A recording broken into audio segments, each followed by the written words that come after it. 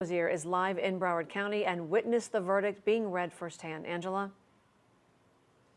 That's right, Tiffany and Felicia. At around 2:30 this afternoon, we were told that jurors here at the Broward County Courthouse, they had a question.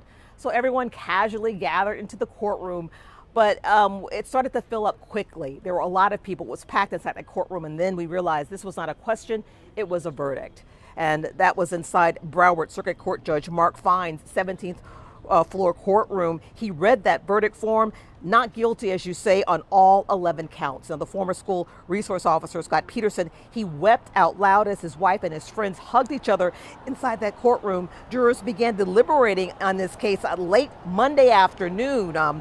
Legal expert tells us that the fact that they took 4 days to deliberate shows the seriousness of which they were taking their responsibilities. And we were also told the jurors had a lot of complex facts and legal questions.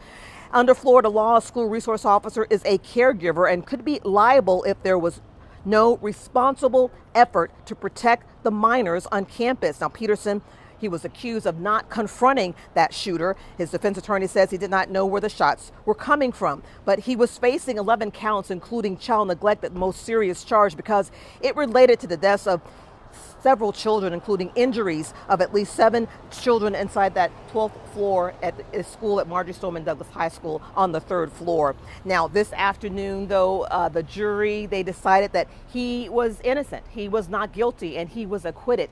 After he left the courtroom, actually before he left the courtroom, the judge told him that he no longer had any business here and he was free to go. He talked to reporters in the hallway.